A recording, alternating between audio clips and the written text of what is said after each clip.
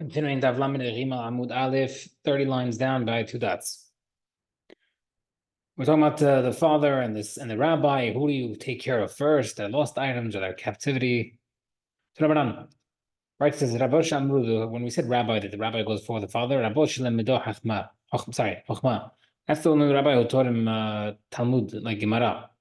Rab Lemido Mikra Mishnah, but not the Mishnah or Torah, like Chumash.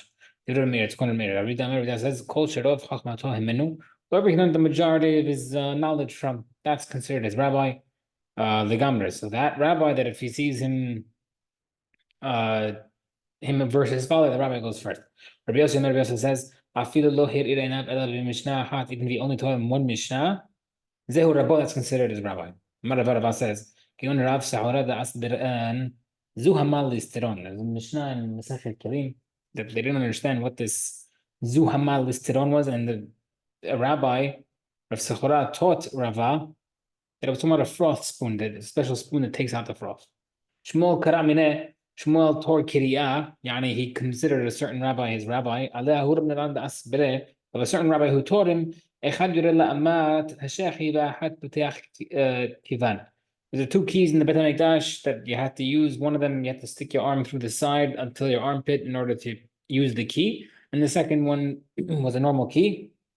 They didn't understand it. Shemuel asked someone who answered it for him. And when that rabbi passed away, because he taught him something he didn't know, he tore Kiriyah. Mar Ula said, Tamideh Hachamim Shvavel. Rabbis in Bavel Omdin Zem they stand up before each other, and they'll tell Kiriyah for each other. However, in regarding to the lost object with the father, they don't go first before their father. Only your rabbi who taught you, like your primary rabbi, not a rabbi who taught you a couple of things.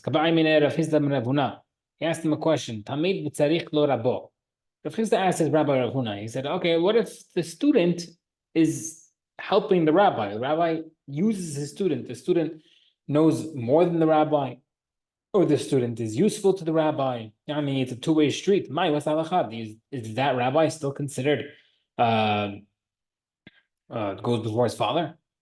So Rav Chisda thinks, Rav Huna thinks that Rav Chisda is talking about himself, as if Rav Chisda is more better than his rabbi Rav Huna. So Huna got upset and he said,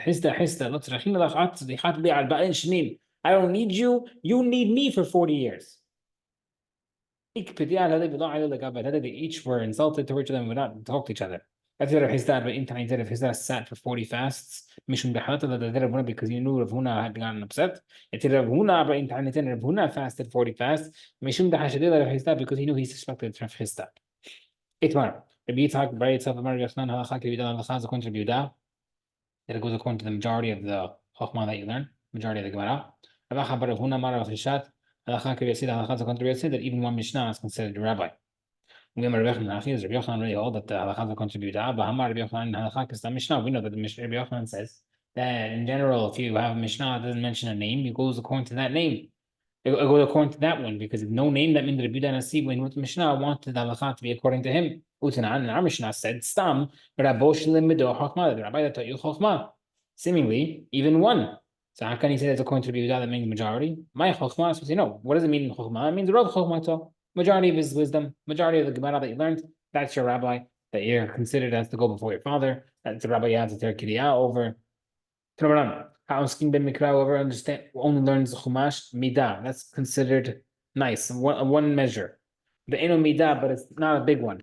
Yani Mishnah and Gemara is bigger. Mishnah, whoever learns Mishnah Midah, it's a bigger measure. You get reward for it. Gemara, however, Gemara En Lecha Midah Glamizul, no such thing bigger than Gemara. Right? Good Chizuk for Daf Yomi as we pass the quarter mark this past week of Baba Mesiah. However, you should always learn Mishnah more than Gemara. Big question, because Hagufa Kashi, we just contradicted ourselves. You said that whoever does the Gemara and the Cham, there's nothing better than that. Biggest reward. Then you said, you should always run to Mishnah more than Gemara. So which one's better, Mishnah or Gemara? Rabbi Yochanan, very simple answer. During the time of Rabbi, they learned the concept that the Gemara is better. Everybody stopped learning Mishnah. Everybody stopped learning Gemara. This is Gemara is better. I learn Gemara. Then they said everybody should run to do Mishnah because the Mishnah was stopped being learned, and therefore they announced that everybody should go back to Mishnah. So therefore, these two statements were separate times. My darush. We said that when you're learning Gemara, it's better than learning Mishnah. Where did you learn this from? What pasuk?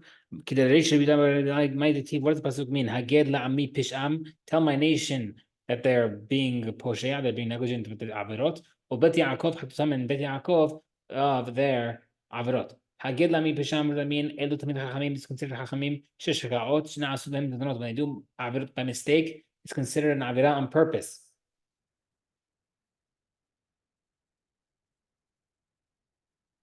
Ubet Yaakov Chazam, it says that Bet Yaakov sinned. Elo Amei Haaretz is referring to Amratzim. People don't know anything. Should not nasut them when they do it's avera on purpose, considered like it's an accident. V'hainu Tanat Mishnah teaches us. Rabbi Dan says, "Have Zahir b'Talmud, learn Gemara carefully and strong. Because if you misunderstand Gemara or if you learn Gemara and don't understand what you're doing afterward, that is considered a sin. Here the word of Hashem, those who get scared of his words. That make sure they understand what Hashem says. Since your brothers, people only study Chumash. So your enemies, people only study Mishnah because they don't like Gemara.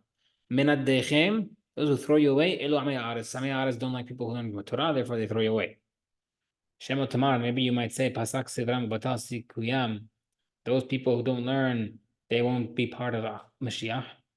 Amud Damar, therefore it says, V'nir'eh b'simchatchem, we will all see the joy. We will all see the joy, which means that everybody will be part of the Mashiach, even though they didn't learn. Shema Tamar, Yisrael Yavosh, maybe they'll be ashamed if they didn't learn. Mudamar, Vehem Yavosh, the Goyim of the Goyim will be ashamed, Yisrael Yismachu, but the Jews will be happy. New Perek, Hamafkid. It's talking about Shomrim. We mentioned this a lot in Mesiah already and Vakma. 4 Shomers. Each one is a stronger level than the next, and they have different responsibilities. Someone leaves a item or a keli with his friend or an animal for to watch. If it was stolen or lost, shilem. Yeah, and so when something is stolen or lost, the guy usually has to swear. He swears, I swear I don't have it. I swear it was stolen. I swear it was lost. If the shomer decided to pay, he didn't want to swear. We'll see what happens when does it. But Gemara gets sidetracked. Mishnah gets sidetracked. Because we know shomer chinam nishbav yoseh. Shomer chinam can swear and become patur. So now, if he decided to pay instead of swearing, and then he found that the thief, he pays double, right? If the thief is found stealing something and swears falsely, that guy swears falsely, he paid double. If the thief had slaughtered or sold the animal he stole before he was caught, he pays 4 or 5, like mentioned about Kama. The Mishalem, who did he pay to? The Misha Pekdonet's law, whoever has the deposit, which is referring to the Shomer, because the Shomer paid it already, he paid it off, therefore, since he paid off by saying, I don't want to swear, he decided to pay it off. Therefore, he also gets the quote unquote the reward of the fee that the thief stole it. However, let's say he decided to swear instead of paying, then the thief is gone. If it's double, and then if he stole it or sold it, it becomes 4 or 5. The Mishnah would pay to the owner of the item or the owner of the animal, because of the shomer had bowed out by just swearing. He's like, I don't want to do this, I'm not doing anything. And therefore, if the guy gets caught afterward, the owner gets the payments. How come our Mishnah had to mention animal and kelim? Mention one. Why have to give 2 examples for a shomer item? Where it says tzrichi, we need both. Because if you only mention the animal, you might think only in that case the owner will transfer the kefil. Meaning, if you're saying you're paying it now, and instead of swearing, and therefore if the guy's caught afterward, he'll pay double, I'll let you keep the double. Because the guy's working hard and taking care of the animal to graze and everything. But regarding an item like a utensil, is not a lot of effort. The guy's not transferring over the future kefil. If you only mention kilim, have a man, you might think kilim who the be only by kilim he's transferring it over. Because double payment of a kefel is not that much money. Right? It's $100 item. Now you're paying $200. Not a big deal. However, an animal, the guy sells or sorted it. You're paying 4 or 5. That's a lot of money. Therefore, maybe he doesn't transfer it over, and therefore, we say both cases gets transferred. Future payments. Now, the Gemara is going to ask 1 second. We had it many times already. How can you transfer something that does not exist yet? How can the guy transfer a future payment? If the thing wasn't even stolen yet, that means when I'm giving you the item to watch, I'm transferring over that if it were to get stolen, and the guy gets and you pay instead of swearing, and the guy gets caught and he pays double, you get it. How can you transfer something that doesn't exist yet? But I feel to be even according to the mayor who does hold that he can transfer something that does not exist yet. Anyway, that only makes sense. The fruits of a tree, because we know it's going to happen, or it's likely going to happen. Regarding a penalty, who says the item will get stolen? Even if it is stolen, who says that the thief will get caught? Even if the thief is caught, who says they'll pay? Maybe the guy will confess. If someone confesses, instead of getting after the thief confesses right away, yeah, I stole it, he'll just pay back the principal. Because modeh biknas patur, whoever is admitting in a scenario where there's kanas, where there's a fee, you're patur from the kanas. So there's so many variables over here, like even Rabbi Meir, who holds that you can transfer future items, maybe he won't agree over here that you can transfer it over. So how can we say that you could transfer these things over by the time of depositing the item? Marabara says, when he's handing over the item, it's as if he says to him, if this thing is stolen and you decided to pay me instead of swearing, therefore this cow is transferred from now. That's like a stipulation is being made when he hands it over. Says, hold on. That's the case. I feel like you just have to tell Nami. If you're handing it over retroactively, then how come the shearings and the babies that are born still belong to the owner, not the shomer? It says, the shomer collects the penalties, but does not collect the shearings and the offspring, which goes to the owner. But if we just said that it gets transferred by the time of the deposit, then he shouldn't. I said, okay. Okay. We say that he's transferring it over minus the shearings and the babies. My Pascal, why did you say that's the case? Why would the guy stipulate regarding the item, the animal not, but the shearings and the babies, yes?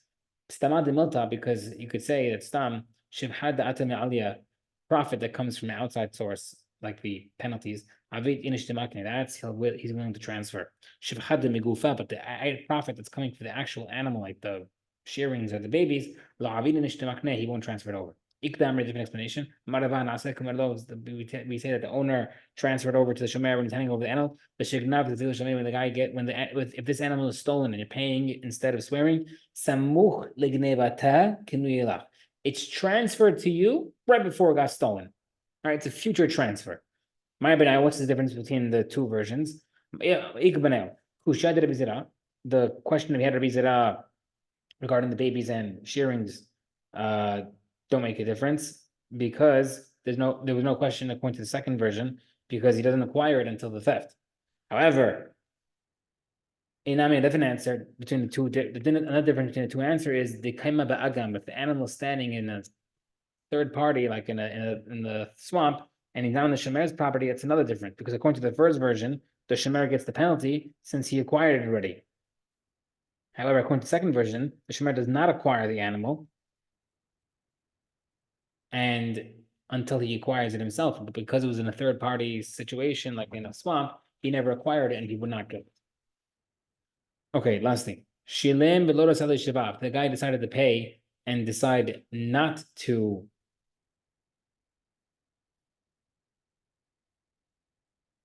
if the guy decided to pay instead of swearing, he already does not he does not receive the he receives the kefil. When he says that he pays for it, doesn't mean he actually paid yet. Once he accepts to pay, he says, I will pay it. Don't worry, I'm not swearing. Even if he didn't pay yet, he still receives the kefil to catch the guy. And second, the Mishnah says, if he paid, which means that if he did not pay, he doesn't get the payment. Right? He has to actually pay in order to receive the penalties. And we say, but in the second part, second part of the Mishnah says, he swore and did not pay. It sounds like only because he did not want to pay. But if he wanted to pay, it sounds like he would receive it even though he didn't pay it yet. So both parts of the Mishnah, if you infer and you make a diuk on both sides, it's a stira. So the Mishnah then says, okay, we can't prove it from Mishnah. Is being a proof according to Yochanan. If you're renting a cow from your friend, then and a socher is a type of one of the four shomerim. And it's stolen. The guy says, I'm going to pay for the cow. I'm not swearing. Then you find the thief.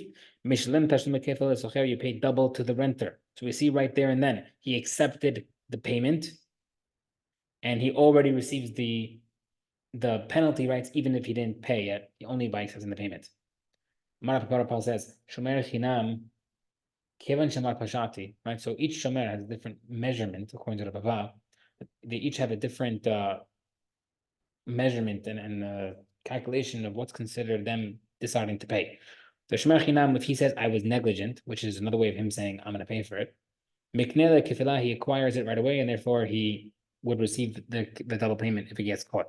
Because if he wanted to, he could have said, I'm patur because it was stolen. Therefore, by saying I'm negligent, that's his way of accepting to pay, and that's the same thing as saying I will pay. Shomer Sachar, paid Shomer. Kevin Shomer Nirnevav, he said it's stolen. Miknele Kefila, he acquires it because by him saying stolen, he's chayav. Because if he wanted him to make himself patur, he could have said it was broken or died. Shoel, a borrower, Shomer Harenim Shleim, he says, I'm going to pay.